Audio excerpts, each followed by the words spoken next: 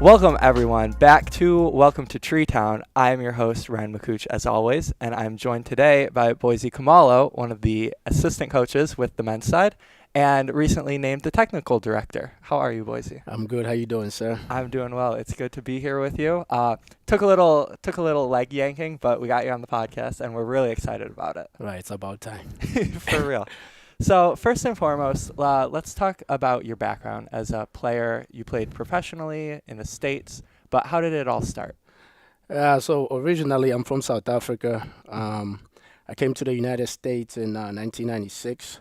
So I came with a team from South Africa. It was a team that was selected, kind of like a selected team, not a national team. Mm-hmm. So it was kids from Soweto who got selected to come to play in a tournament in Kentucky. Okay.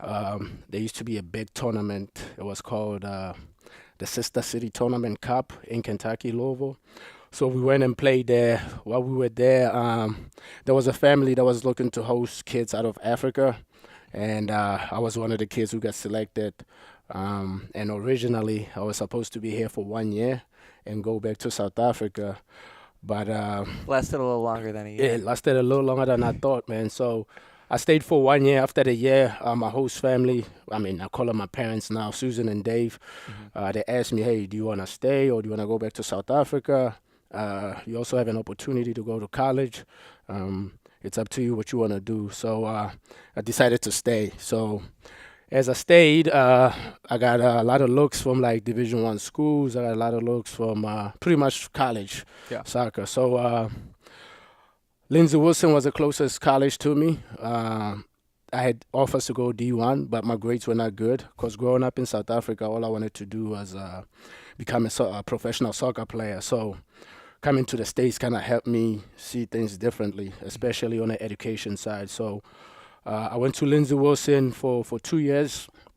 When we were at Lindsey, we won a championship, all these good things. And after that, transferred, I went to Coastal Carolina. From there, actually, while I was in Coastal Carolina, I also played PDL soccer. So I used to play for Mid-Michigan Bucks. From the Bucks, I left. I went to play for Chicago Fire's reserves. This is back in the day. From then, I got drafted by Chicago. While I was at Chicago, things did not work out because of my paper situation. So I went and played for Charleston Battery. From Charleston Battery, same story. Things didn't work out. I went to Wilmington Hammerheads in North Carolina. Mm-hmm. And while I was there too, things didn't work out because my papers, I was not allowed to get paid because of my visa situation. Okay. So I was only getting like a stipend. And as a player, it was hard, man, to live off that money. So from then, I decided, you know what, this is it for me. I went back to South Africa. While I was in South Africa, I used to train, practice. I played for a local club there in South Africa. Was the hope always to come back to the States or just to keep playing soccer? Yeah, the hope was always to come back to the States. The hope was to keep playing soccer because for me, soccer is my love. I played soccer ever since I was little, and I still play till now. So soccer, like now, I look at it as my career. But when I was little, it was just playing for fun. Even when I played pro, I always play for fun. And, maybe that's why I didn't make it as long as I wish I could have. So when I was in South Africa, I played for a local team there.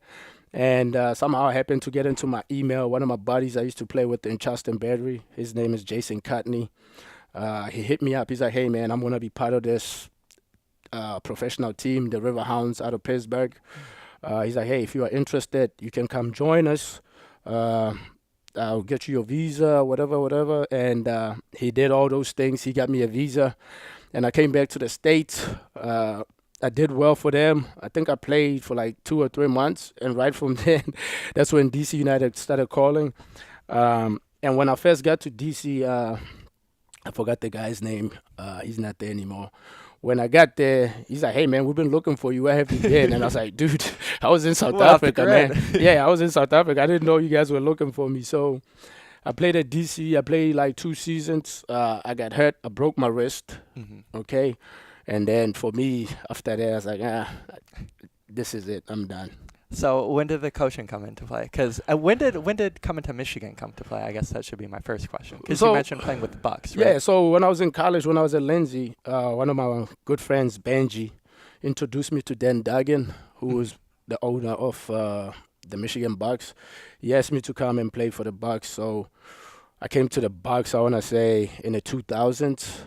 I played for the Bucks. I played 2 seasons. I mean, I played with guys like Tino, Mario, the Secluna brothers. So I played with those guys, and it was a good experiment. Mm-hmm.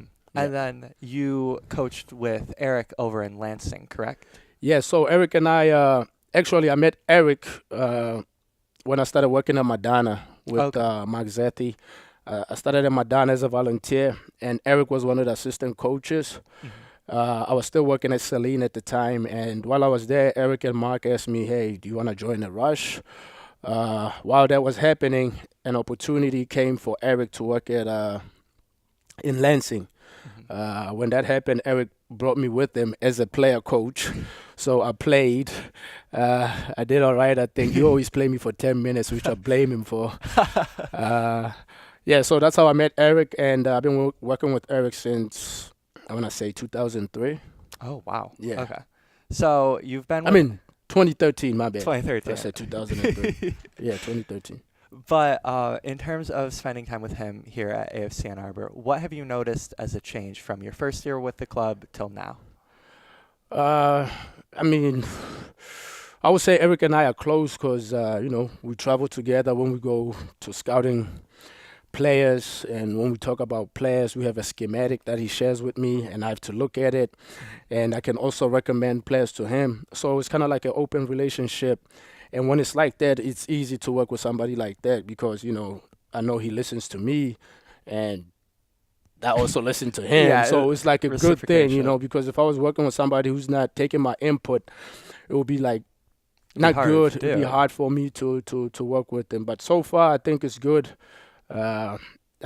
Just 2 weeks ago or whatever, 3 months ago, me and him went to Western to watch Western University train. Okay. So what we did is so far, he was with his girls, so he got the girls who went, and we stopped by his mom because she lives out in Jackson. Yeah. I have a sweet tooth, so I like to eat sweet things, and every time I go to Eric's house, it's either his dad or his mom. So the first thing when I walked in, the house smelled like freaking cookies, man. So, of course, Eric's mom's like, hey, boys, you can have cookies. And I'm like, man, the magic don't words. test me.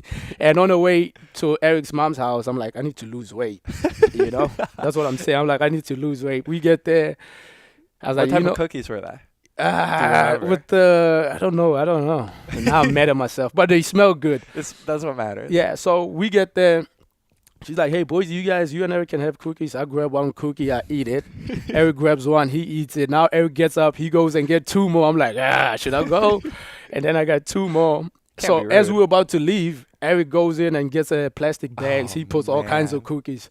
So all the way to Western Michigan, we just chewing cookies, man. It's like, I blame Eric for my gut. Blame him for the sweet tooth while you're at it, too. Might as well. Deflect the blame, Oh, no, I have a sweet tooth, man. I eat a lot, too. Very funny. Have you noticed any changes within the organizational culture as well? Yes, first of all, look at the office, number one. So the office, the pictures in the wall in the background, that's huge. The gear that they sell in, the scarves, the merchandise for me, that's a big step because, every now and then I'll be driving around Ann Arbor and I'll see a car with the sticker in the back or on the side. So you can tell that's growth within the team, the club, the community. So for me, it's a good thing, and it's got to keep going forward. Bringing up that point where you mentioned how it's active in the community, you yourself are active in your community. You have your own foundation. Yes, sir. Can you shine some light on what that is? So our foundation, it's the name of it is Umhlaba Vision Foundation. So Umhlaba in English, it means world, and the reason for that has been, so I look at myself because I always work with different people, different players. For example, right now, I'm here with you because of soccer, Right. So the word itself, it means I've worked with a lot of people, players that we've helped come to the States, players that we help while they're still in the States, try to help them get college education, try to help them get professional contracts. So what we do out of South Africa, I've got a lot of donations. Of course, Bilal is one of them. He has donated some AFC gear in the past. Michigan Rush has donated gear in the past. Concordia. Let me not forget this one because this guy might kill me if I don't mention his name. Justin Schultz. He works for, what's his store? The soccer store, man. Soccer Plus. Soccer Plus. He works at Soccer Plus. So at Soccer Plus, they always give me a bunch of gear, and I take this gear to South Africa and give it to the kids there. And you should see the kids' face, man. They love it because they don't have the gear, you know. So when they get the gear, it's like it changes everything. So the foundation is about giving little kids hope, okay, helping them to see that, hey, you can be anything you want in this life, you know. Just because you come from a poor background, it doesn't mean you just sit there and be like, this is it. You also got to push yourself. I mean, me, myself, that's where I come from. I come from Soweto. I come from nothing. So, I mean, that's it, man. I'm trying to help these kids to realize that they can become somebody in life, you know? Absolutely. Where can you find, do you have a website for it? Yes, we have a website. Actually, Bilal created it. I'm still mad at him. He hasn't updated it yet, so I'm going to fire that guy. I'm joking. Fire him from your webmaster position. Yeah, so we do have a website.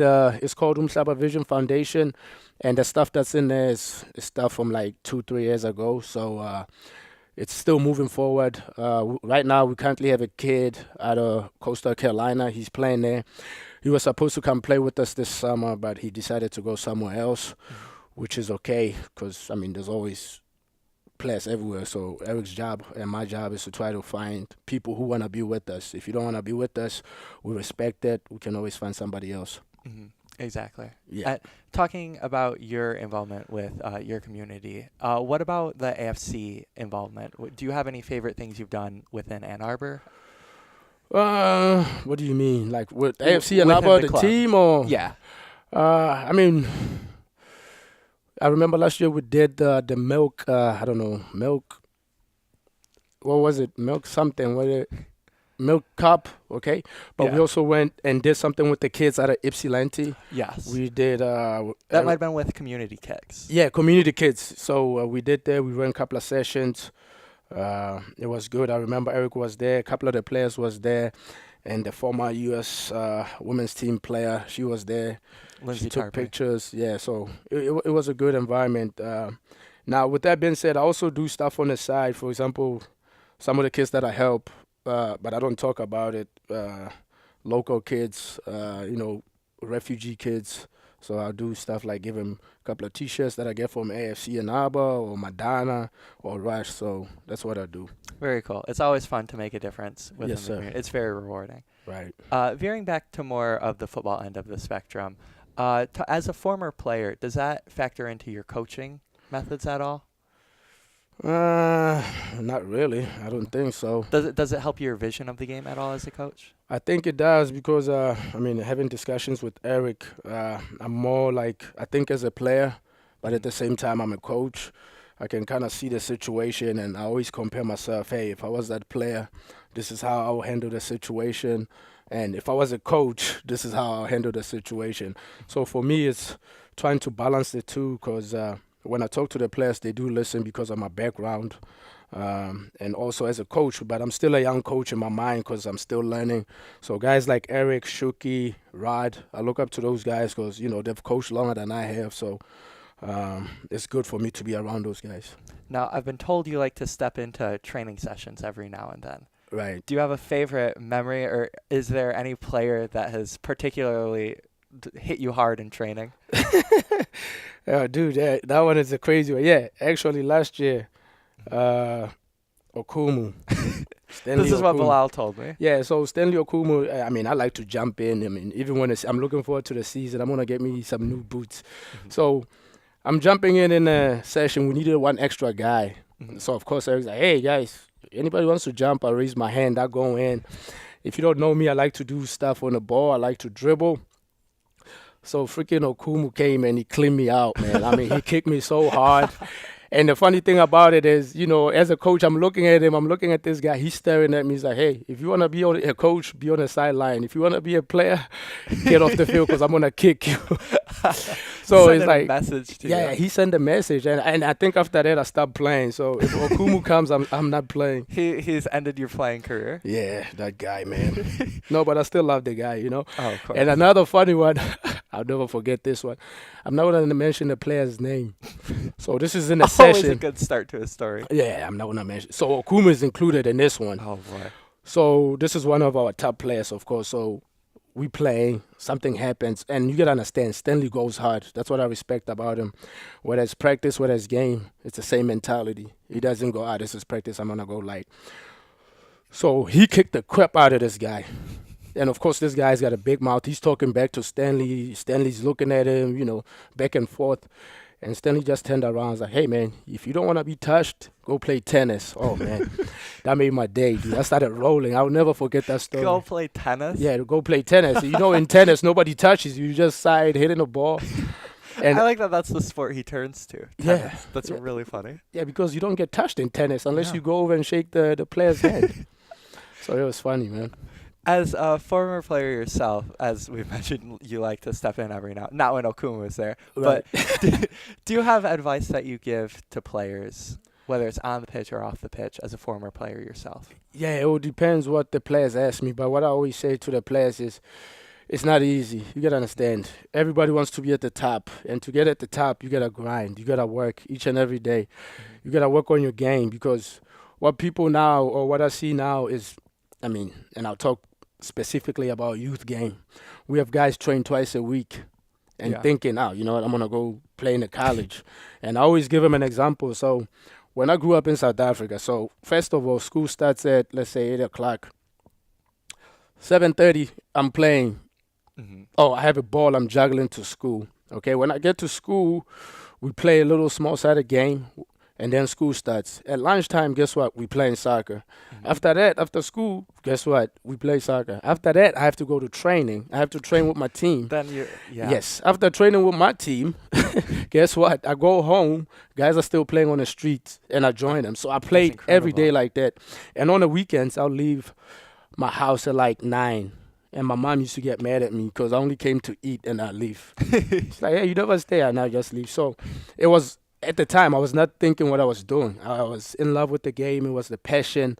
But at the same time, that was my drive. It was my drug. It's like, I have to do this. Even now, like, I still play. I still watch soccer. I still read soccer books because I want to be better at what I do. So as a young kid, that kind of helped me to train every day. It's all about the passion. Yes, it's sir. incredible where you say that, like, as you mentioned, kids may only train 2 times a week. Right. And you mentioned you're training every day and you're playing additionally to that. That's incredible passion. Yes, sir. Now, as a member of AFC right now, it's been success. There's been much success the past few years, obviously in the NPSL. Right. Do your expectations for this season change as a result, or do you have general business as usual ones for this season?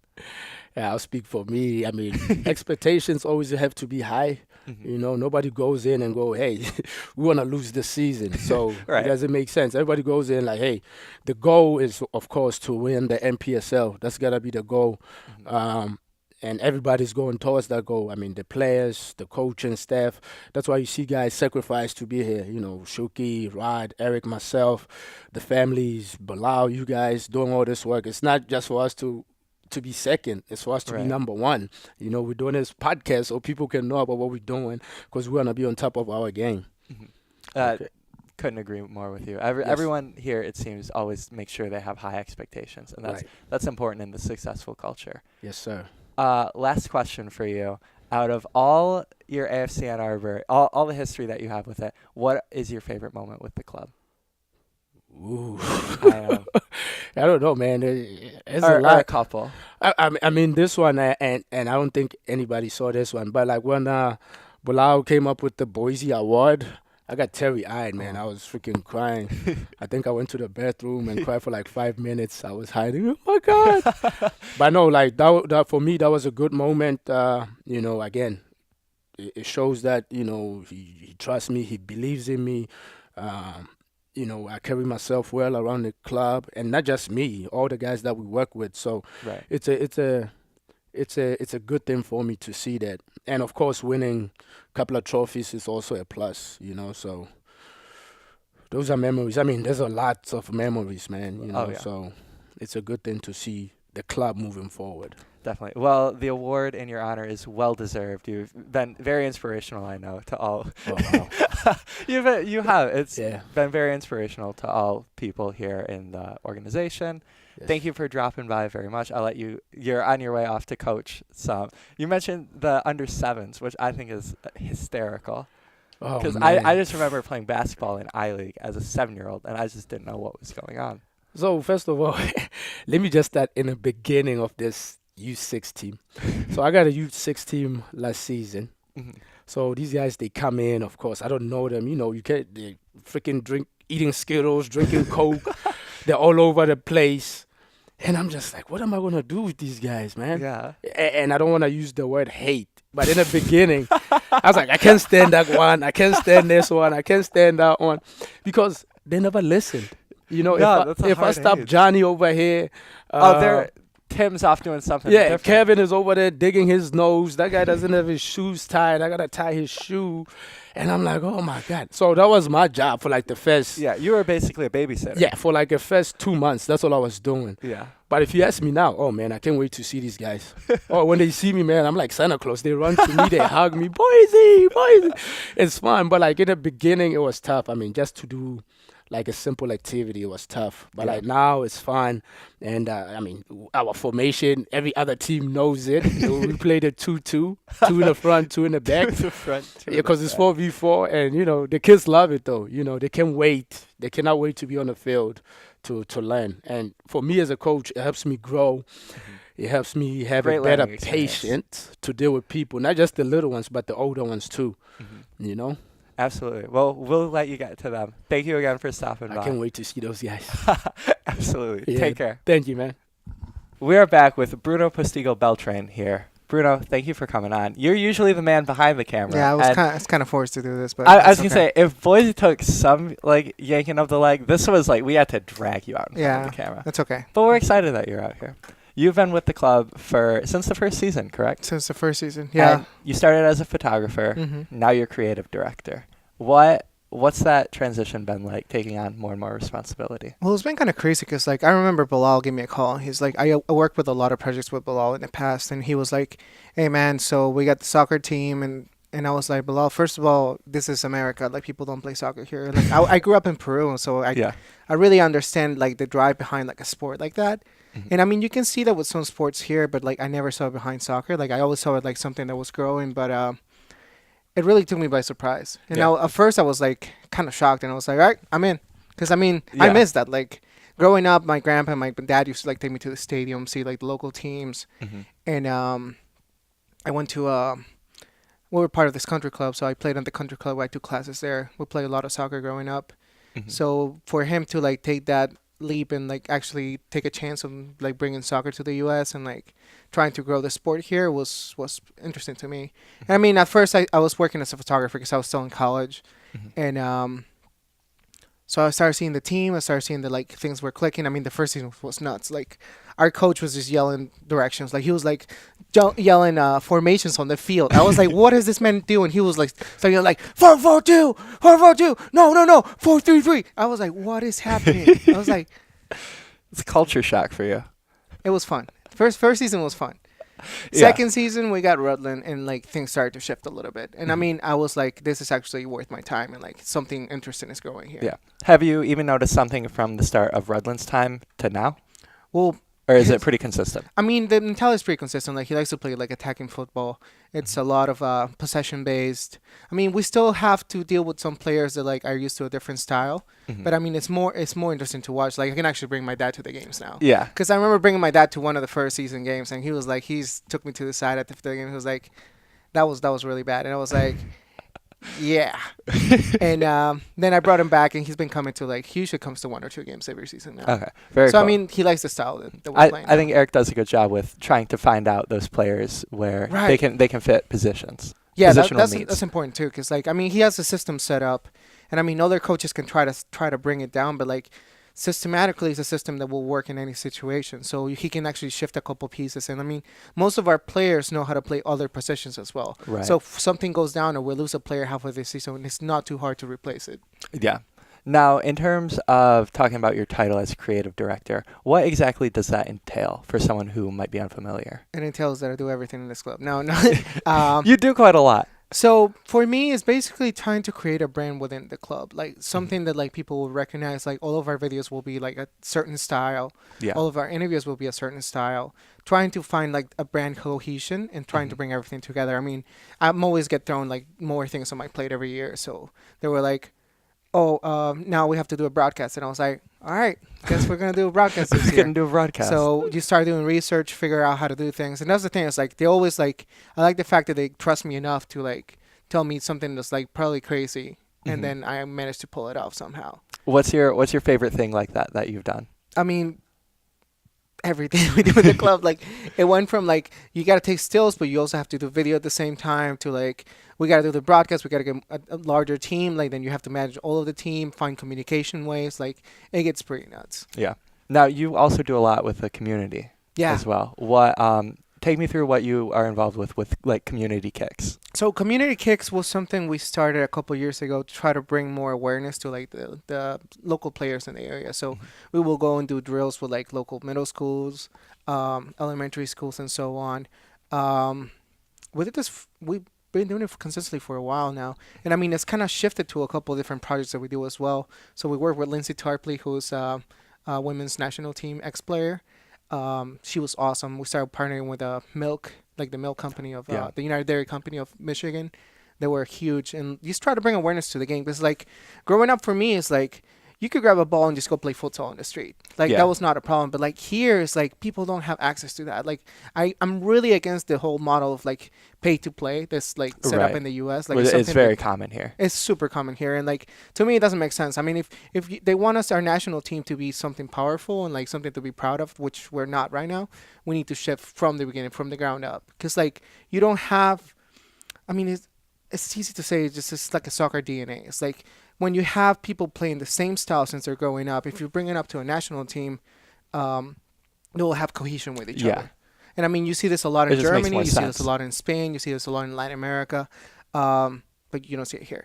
But I mean, this is kind of what we're trying to do. I mean, at least my personal belief is to try to do something about it. Is that sort of what motivates you to be involved with so many different projects? It really does. Because, I mean, I love seeing how happy children are. Like, sometimes they never kicked the ball before, and they're having a blast. Or some kids are, like, getting the drill set up. Like, they can talk to some of the coaches we have.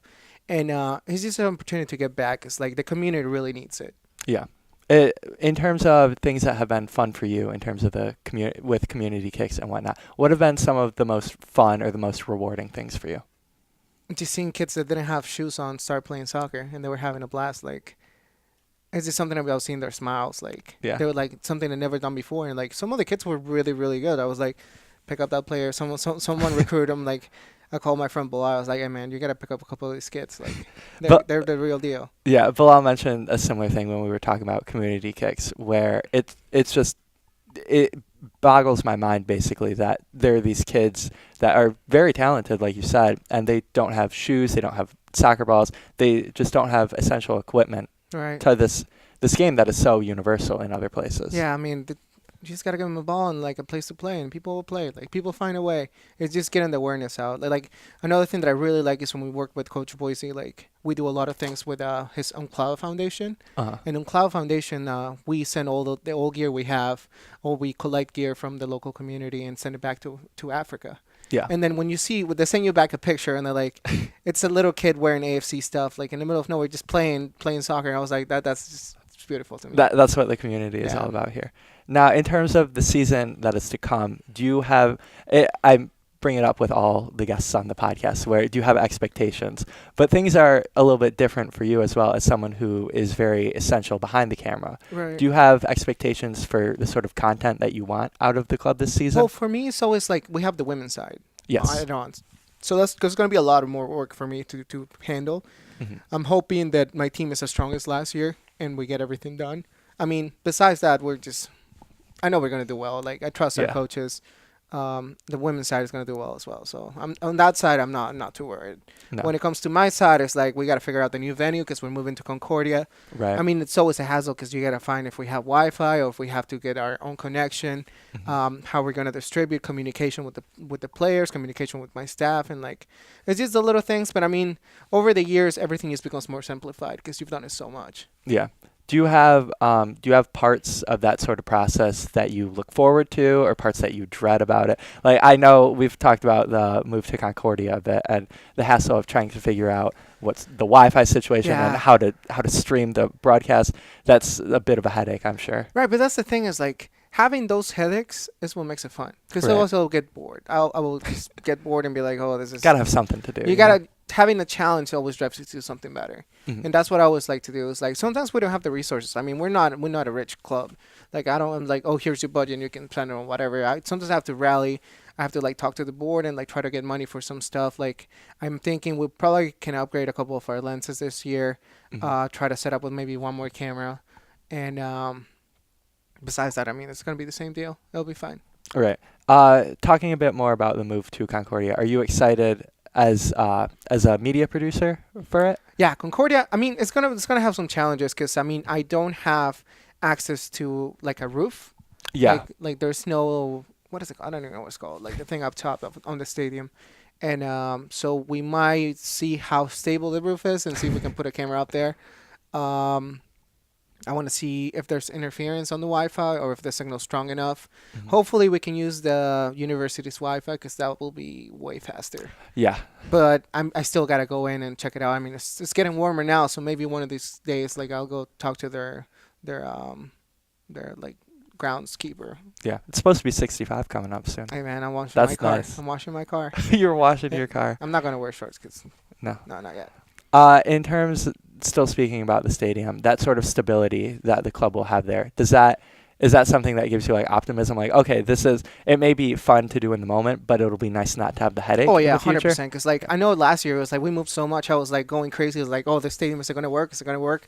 I mean, when we were playing the game at Eastern, I kept losing signal on my hotspot, so I was freaking out. I was like, oh my god, is it gonna work? Like we're losing signal. This is the U.S. Open Cup. But the thing is, like, you just gotta roll with the punches. I mean, having that stability is gonna be nice, but we'll pull through. Now, you are one of the bigger soccer fans in terms of AFC's organizational members as a whole. What clubs do you support, for those who don't know?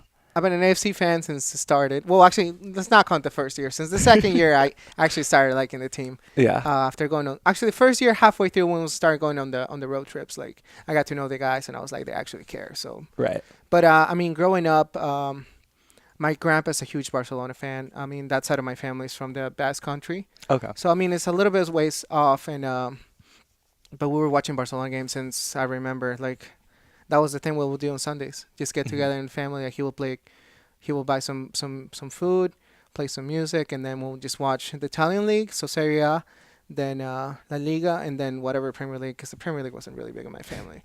No. And so Barcelona was the thing growing up. Well, I supported the local team too. I was gonna say, did you have a local FC. side? Yeah. Okay. They sucked, but I mean they won the league I think a couple years ago. But I don't know. Okay. I kind of stopped following them. Going to the stadium was the most fun because like it's a party. Right. And it's kind of sketch though, because like there's still like some of the fans are insane. Like you have some people are like some shady people following the team too. Yeah. But I mean that's normal in South America. Mm-hmm. Then I really like Pep Guardiola. Yes. So when he left Barcelona, I kind of watched the Bundesliga, but that was not for me because I'm not in on Germany. But then once he moved to England, I started watching the Premier League. And I mean, I like it now. I still like La Liga a little bit better because the football's a little prettier. And and I'm the king on our fantasy league. We do a fantasy league every year now. And I think if I win one more game, I won the league. Who's on your fantasy team? Oh, let me pull it up. Are you gonna pull out your fantasy league? You mentioned it to me before, and Dude, you have like the two of the best keepers in the league. I am Manchester City on this team. Yeah, so I have Ederson. I'm just going to tell you. Ederson, Kepa, Matt, I don't know his last name. Sean Morrison, Van Dijk, Dele Alli, Gundogan, Luka I don't even know how to say his name. Harry Kane, Pedro, Sterling, Laporte, Mendy, Fernandinho, William, Gosh. Zinchenko, and Sane. So That is basically a Manchester you are City yeah. and a couple of Liverpool players and then some randoms. That But that's impressive. it's been fun this season. Like we'll see. Next year we have to do it for money because then that'll be a different story. You need the extra cash. Not really. But it's just fun to win because we just talk trash. We have a group chat and then. Oh, I'm sure. But yeah, Manchester City is like a team that I really like in the Premier League. I like how they play. Mhm. I like how basically know a lot about the players. I flew to England this past December, and I traveled with one of my best friends to Watford to watch Yeah. them play. And that was unreal. Like the Premier League is serious. Like the lights are beautiful It's a and big like deal. the stadium. This is one of the smaller stadiums, more old school. Mhm. But we loved it. People were so nice. One of our cars wasn't working at the kiosk, and then the guy just gave us a free beer. He was like, "Here's a free pint, mate." And I was like, "All right, Wow. man, cool, thank you." And we had a blast. Just watching them play, see how fast it is in person. Because like, I thought the NPSL was like at a good level, but then you watch something like that and you see how fast like the players are thinking 2 or 3 moves ahead, which is insane. Like you see Kyle Walker running down the wing and like he's just basically like burning everyone out. Or like you watch Bernardo Silva just dribbling through people. Moraz not so much because he will try to dribble and lose the ball, but that's our personal beliefs. But yeah, that was a blast. That's very I exciting. like the Premier League. I've seen the pictures of it. It looked like a good Yeah, time. and then we went to Barcelona after that, so that was more like a religious experience for me because it wasn't Yeah. even like a league game; it was like a Copa del Rey game. But I almost started crying when I walked into the stadium, and like the only times that I felt that is like when we scored that goal last year. I remember I was doing the broadcast and AC scores, and I can't contain myself. Like I literally opened the window, start screaming. Like, and I think if you rewind on the broadcast, you can actually hear me screaming. But yeah, those feelings that you get from a sport is just something really nice. Yeah. That ties in perfectly to my final question for you, which is, in all your history with AFC, do you have a favorite moment? That's one of my favorite moments. Then whenever we win in Detroit, which is a thing we do now because they're not too good. Whenever the team scores and like, or when you see a guy that didn't get too much play time score a goal, and like you just get excited for them. Like at the end of the season, you see how they become like brothers. Mm-hmm. Like it's a close knit group of people, and It's fun seeing that every year too. yeah, with sort every of year like players will change, but the thing is like at the end of the season, it's always like that close group that becomes of the team. Mhm. And that moment with AC was great. And just whenever we score, man, I just, unless it's like a crappy team and then you don't feel anything, but whenever we score, it's like you feel something special because like Yeah. you feel like you're part of something bigger. And like when you see the kids, like whenever I go to Wide World and I see like the kids like rocking the kits, or like I'm walking down the street and I see like people with the stickers on their laptops, or like just people talking about the team in general, like it just makes you happy. And it makes me realize that like maybe soccer in America is a thing that can actually happen. Yeah. It's very it's a nice positive Yeah. thought. We just gotta bring an MLS team to Detroit. Then we're set. Perfect. On that note, Bruno, thank you for letting us drag you out in front Hey, of the man, camera. sorry for my rambling, but No, it's perfect. We'll let you go back off camera for next week. goodbye. And speaking of next week, we will be back as always next Thursday with another edition of Welcome to Tree Town. Until then, you can follow us on Twitter at AFCN Arbor and keep it to afcnarbor.com for any of the player announcements or any other team news that we may have. Until next week, I'm Ren Makouch. Take care.